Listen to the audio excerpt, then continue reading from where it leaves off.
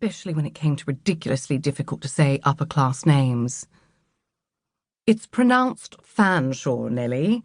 Put that one aside. I haven't even started on her gown yet. What else?"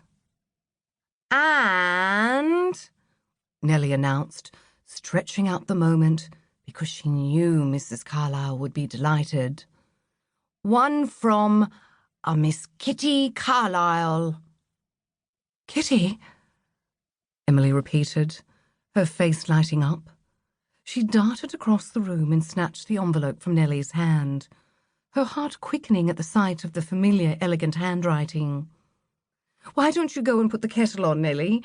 It must be morning tea time." Nellie also knew when her presence wasn't required, but she smiled as she left the parlour. Mrs. Carlisle didn't get many letters from her wayward 20-year-old daughter, so she didn't begrudge her wanting a few minutes alone to savour the latest news. And news there would be, Nellie was sure. Kitty sounded like a right tearaway, running off from New Zealand like that, then popping up in Sydney, Australia, and now sending letters from the four corners of the world. Nellie had never met Kitty, but nevertheless she lived in awe of her, or of her reputation at least. Emily waited until Nellie had gone, then tore open the envelope. The address at the top was stated only as the High Seas, which made Emily's brow crease with both exasperation and worry.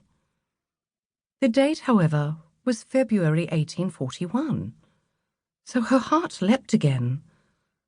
Did that mean that Kitty was actually somewhere quite close to England? Emily had been worrying herself sick since the previous May, when a letter had arrived from her sister-in-law, Sarah Kelleher, in New Zealand, bearing the shocking news that Kitty had run away from the mission station at the Bay of Islands, and also that Emily's brother George, Sarah's husband, had disappeared in mysterious circumstances. A dreadful tragedy, Sarah had written, but frustratingly, she had not elaborated any further in subsequent correspondence. Sarah's supposition in her initial letter that Kitty had sailed off aboard a schooner, possibly bound for Sydney, had been borne out by a letter Emily had received some weeks later from Kitty herself. She had written that something awful had happened in New Zealand, and she was now in Sydney, but safe and sound and among friends.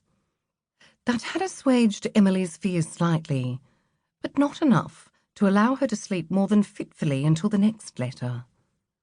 In that, Kitty had written that she had found work, that she was being chaperoned by a nice Irish woman who lived next door to the house Kitty was renting, that she would not be returning to New Zealand in the foreseeable future, and that Emily should not be concerned. There had been no return address.